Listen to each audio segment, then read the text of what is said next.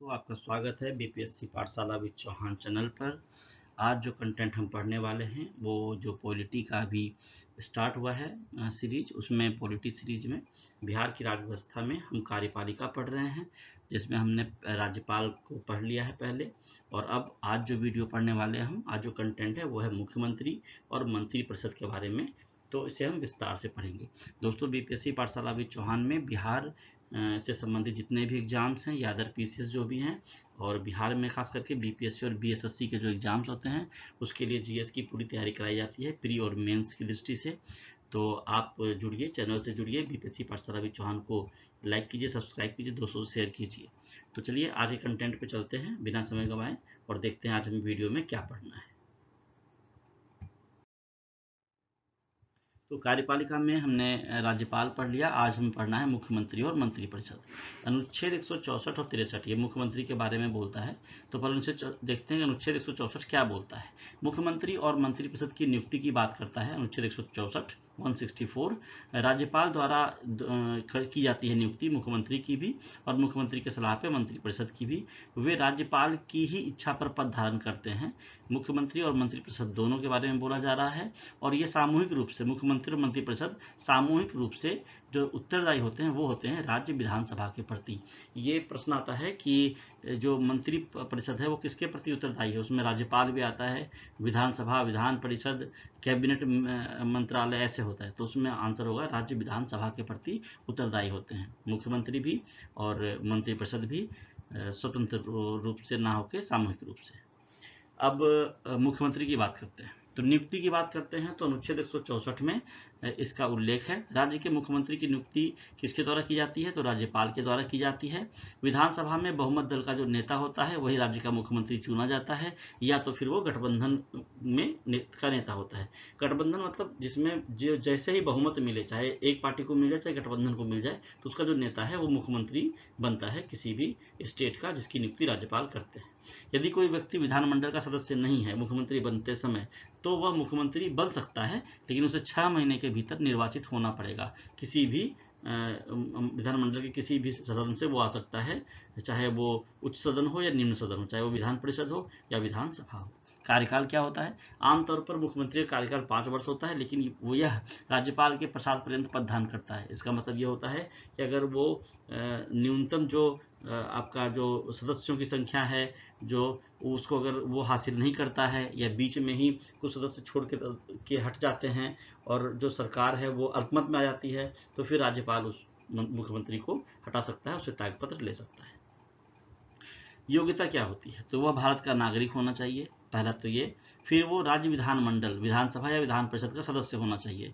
यदि वो निचले सदन विधानसभा का से है तो न्यूनतम आयु जो है उसकी 25 वर्ष होगी, और यदि विधान परिषद उच्च सदन से है तो फिर आयु जो है वो 30 वर्ष होनी चाहिए। विधानसभा में बहुमत प्राप्त दल या गठबंधन का नेता भी होना चाहिए। यदि कोई व्यक्ति सजा याफ्ता है, उसे अगर सजा मिल चुकी है तो उसे अयोग्य माना जाता है। तो ये हमने मुख्यमंत्री के बारे में नियुक्ति पढ़ी जो अनुच्छेद 164 में है, उसके कार्यकाल के बारे में समझा, योग्यता के बारे में समझा। अब आगे चलते हैं, मुख्यमंत्री की शक्तियों के बारे में बात करते हैं। तो मुख्यमंत्री की शक्तियों में कार्यपालिका का जो वास्तविक प्रमुख होता है वो मुख्यमंत्री होता है, और यह राज्य शासन में सर्वोच्च शक्ति रहता है, सबसे ऊपर मुख्यमंत्री होता है। मुख्यमंत्री मंत्रिपरिषद का गठन करता है और विभागों का आवंटन करता है। मुख्यमंत्री का ही कार्य है कि कौन सा विभाग किस मंत्रालय को किस मंत्री को देना है, ये काम भी मुख्यमंत्री का है। प्रमुख नियुक्तियों में वो राज्यपाल को सलाह देता है और विधानसभा में बहुमत के आधार पर नीतियां निर्धारित करता है। अब जो राज्यपाल को सलाह देता है उसके बारे में भी हम आगे पढ़ेंगे। अनुच्छेद 163 में कहते हैं कि राज्यों में राज्यपाल की सहायता और सलाह देने के लिए, किस चीज़ में सलाह, राज्य के उच्च पदाधिकारियों जैसे एडवोकेट जनरल, लोक सेवा आयोग के अध्यक्ष, इन सबों की नियुक्ति में वे राज्यपाल को सलाह देते हैं। कौन देता है, मुख्यमंत्री। मुख्यमंत्री के कार्यकाल के बारे में देखें तो निश्चित अवधि नहीं है, 5 वर्ष हमने पढ़ा है, लेकिन कोई निश्चित अवधि नहीं है, बहुमत पर निर्भर है। अगर बहुमत से अल्पमत में सरकार आ गई तो वो गिर जाती है, मतलब मुख्यमंत्री इस्तीफा देता है और राज्यपाल के प्रसाद पर्यंत ये पद धारण करते हैं। बिहार प्रांत के पहले मुख्यमंत्री की बात करें, अब चूंकि बिहार स्पेशल हम पढ़ रहे हैं तो इसमें हम डिटेल से देख लेते हैं। तो बिहार प्रांत के जो पहले मुख्यमंत्री थे वो थे मोहम्मद यूनुस, जो एक प्रख्यात वकील थे, राजनीतिज्ञ थे, और ब्रिटिश भारत में बिहार प्रांत के पहले मुख्यमंत्री थे। उस समय उन्हें प्रीमियर या प्रधानमंत्री कहा जाता था, और ये ईस्वी था 1937। इसके बारे में डिटेल से हमने पिछले वीडियो में पढ़ाया, जो प्रांतीय चुनाव हुए थे 1937 में, उसमें भी मोहम्मद यूनुस के बारे में डिटेल से पढ़ाया है, आप जाके पीछे पढ़ लीजिएगा। बिहार प्रांत के भारतीय राष्ट्रीय कांग्रेस के पहले मुख्यमंत्री कौन हुए? तो वो हुए श्री कृष्ण सिंह। आप इसको ऐसे पढ़िए कि बिहार प्रांत के भारतीय राष्ट्रीय कांग्रेस के पहले मुख्यमंत्री, या फिर स्वतंत्र भारत या बिहार राज्य स्वतंत्र हुआ उसके प्रथम मुख्यमंत्री, तो वो थे श्री कृष्ण सिंह। इनको श्री बाबू भी कहा जाता है और ये बिहार केसरी भी कहलाते हैं। अगर हम बिहार के पहले हरिजन या दलित मुख्यमंत्री की बात करें तो उनका नाम था भोला पासवान शास्त्री। अगर हम बिहार के पहले और अब तक के इकलौते मुस्लिम मुख्यमंत्री की बात करें तो उनका नाम था अब्दुल गफूर। बिहार की पहली और एकमात्र महिला मुख्यमंत्री की बात करें तो श्रीमती राबड़ी देवी। और बिहार के प्रथम गैर कांग्रेसी जो निर्दलीय चुने गए थे, संयुक्त मोर्चा से थे, गैर कांग्रेसी थे, वो मुख्यमंत्री थे महामाया प्रसाद सिन्हा। अभी जो इम्पोर्टेंट है वो है बिहार के सर्वाधिक कार्यकाल, सबसे लंबे समय तक वाले मुख्यमंत्री कौन है? वो नीतीश कुमार हैं, जिन्होंने रिकॉर्ड 9वीं बार 2024 में शपथ लिया था। दोस्तों, हमने मुख्यमंत्री के बारे में सब चीज़ें जान ली। जहाँ से ऑब्जेक्टिव आएगा आप बना सकते हो, मेंस में भी आप लिख पाओगे आंसर। अब मैं आपको राज्यों में जो मंत्रिपरिषद है उसके बारे में जानकारी दे देता हूँ। तो इसका वर्णन भी अनुच्छेद 163-64 में है, क्योंकि जो मंत्री है, मुख्यमंत्री है और मंत्रिपरिषद, ये साथ साथ आते हैं एक ही अनुच्छेद में। राज्य मंत्रिपरिषद का मतलब क्या है? यह राज्य सरकार की कार्यकारी शाखा का एक केंद्रीय निकाय है, जिसका नेतृत्व मुख्यमंत्री करते हैं, और यह राज्यपाल को सलाह देने के लिए जिम्मेदार है और विधानसभा के प्रति भी इसकी जिम्मेदारी बनती है, उत्तरदायी है। अनुच्छेद 163-164 मंत्रिपरिषद सामूहिक रूप से विधानसभा के प्रति जवाबदेह है, यही मैं बोल रहा था।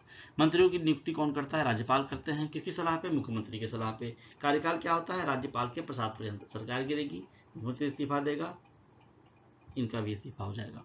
योग्यता क्या है? राज्य विधानमंडल, विधानसभा या विधान परिषद का सदस्य होना अनिवार्य है। यदि नहीं है तो उसे 6 महीने के भीतर सदस्य बनना पड़ता है। सेम जो मुख्यमंत्री की योग्यता है वही मंत्री की भी योग्यता है। शपथ कौन दिलाता है? राज्यपाल दिलाते हैं। मंत्रिपरिषद कितने प्रकार के होते हैं? एक कैबिनेट होता है, एक राज्य मंत्री होता है, एक स्वतंत्र प्रभार वाला राज्य मंत्री होता है। कैबिनेट मंत्री कौन होता है? जो प्रमुख विभागों का प्रमुख होता है। राज्य मंत्री स्वतंत्र प्रभार क्या होता है? जो कैबिनेट मंत्री के समकक्ष लेकिन छोटे विभाग के प्रमुख होते हैं। और राज्य मंत्री कौन है? कैबिनेट मंत्री के सहयोगी होते हैं।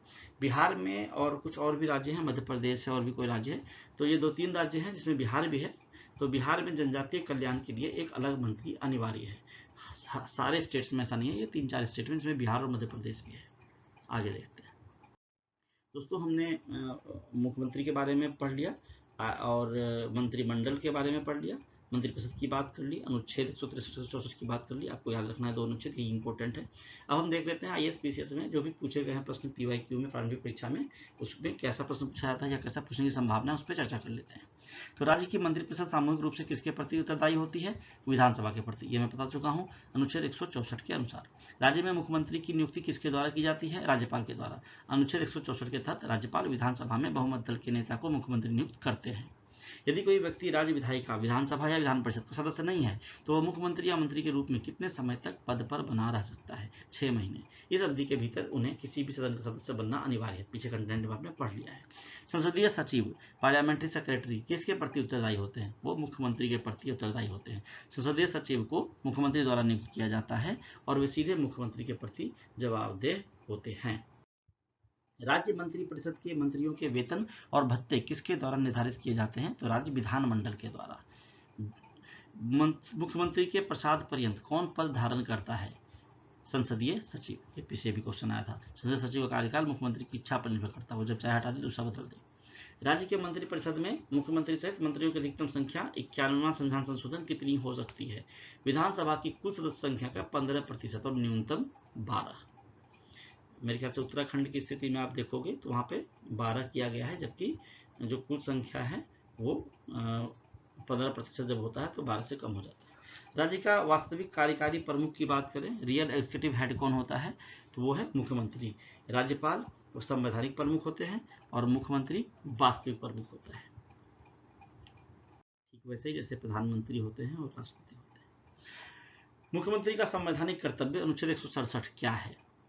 राज्यपाल को सभी नीतिगत फैसले बताना, मंत्रिपरिषद के फैसलों की सूचना राज्यपाल को देना और विधानसभा के संचालन की जानकारी देना राज्यपाल को। ये सभी जो हैं वो संवैधानिक कर्तव्य है मुख्यमंत्री का अनुच्छेद 167 के प्रति, राज्यपाल के प्रति। राज्य मंत्रिपरिषद की बैठकों की अध्यक्षता कौन करता है? मुख्यमंत्री। इस तरह से हमने प्री में जो क्वेश्चन आए हैं या आने वाले हो सकते हैं संभावित प्रश्न, उसको देख लिया। अब हम मेंस के कुछ प्रश्नों को देख लेते हैं, किस तरह के प्रश्न पूछे गए हैं या पूछे जा सकते हैं। IAS BCS में पूछे गए प्रश्न मुख्य परीक्षा। राज्यपाल राज्य का संवैधानिक प्रमुख होने के बजाय केंद्र का एजेंट मात्र होता है। भारत में राज्यपाल के पद से जुड़े हाल के विवादों की चर्चा कीजिए। राज्य के में गठबंधन सरकारों के दौर में मुख्यमंत्री की स्थिति कमजोर हुई है। समालोचनात्मक मूल्यांकन कीजिए। फिर से मैं बोल रहा हूँ, ये समालोचनात्मक, विश्लेषण, विवादों की चर्चा, इन सब शब्दों पर ध्यान दीजिएगा। सामूहिक उत्तरदायित्व के सिद्धांत का राज्य मंत्रिपरिषद के संदर्भ में क्या अर्थ है? राज्य मंत्रिपरिषद के आकार और संरचना पर 51 संविधान संशोधन के प्रभाव का विश्लेषण कीजिए। 2003 ये वही बात कर रहा है 15% वाला। राज्यपाल और मुख्यमंत्री के बीच संवैधानिक संबंधों की विवेचना कीजिए, विशेषकर जब दोनों अलग अलग राजनीतिक दलों से हों। जैसे मान लो अभी भाजपा की सरकार है तो भाजपा ने किसी को राज्यपाल बना के भेजा है तमिलनाडु में या फिर केरला में या फिर वेस्ट बंगाल में, जहाँ पर भाजपा की सरकार नहीं है, उसके बारे में ऐसा प्रश्न है। और राज्य कैसे कैसे दोनों में विवाद होता है वो बातें हम आपको यहाँ लिखनी है। राज्य प्रशासन में मुख्यमंत्री के रूप में नीति निर्माण और समन्वय में उनकी भूमिका की चर्चा कीजिए। ये आप जो कंटेंट पीछे है उससे भी आंसर राइटिंग करने की कोशिश कीजिए। अंत में मैं फिर से बता दूं कि जब ये समाप्ति की ओर हम जाएंगे, सारा कंटेंट आप प्री मेंस का देख लोगे, सारे सब्जेक्ट का, सिर्फ बिहार स्पेशल में नहीं, सारे अदर सब्जेक्ट का भी मैं दे दूंगा, तो मैं फिर मेंस की तैयारी भी करा दूंगा आपको। और अभी मैं प्रश्न दे रहा हूँ ताकि आप जो मैं कंटेंट दे रहा हूँ उससे आप प्रैक्टिस कर लीजिए। जब मैं आपको मेंस आंसर राइटिंग कराऊंगा तो 500-600 शब्दों में हर टॉपिक पे, जैसे मुख्यमंत्री का टॉपिक है मंत्रिपरिषद, तो मुख्यमंत्री और मंत्रिपरिषद पर मैं 500-600 शब्दों में एक फॉर्मेट बनवा दूंगा आपको पॉइंट वाइज, जिससे कहीं से भी प्रश्न आएगा तो आप उसको लिख पाओगे। ठीक है, तो आज के वीडियो में दोस्तों इतना। अगले वीडियो में जो हम हैं वो कार्यपालिका हो गया, विधायिका के अंतर्गत पढ़ाई करेंगे, जिसमें विधानसभा और विधान परिषद के बारे में विस्तार से पढ़ेंगे। तो वीडियो को अंत तक देखने के लिए आपका धन्यवाद। पढ़ते रहिए, मस्त रहिए, और आपसे गुजारिश है कि आप BPSC पाठशाला विद चौहान को लाइक कीजिए, सब्सक्राइब कीजिए और दोस्तों से भी शेयर कीजिए। तो आज के लिए इतना ही है। पढ़ते रहिए, मस्त रहिए।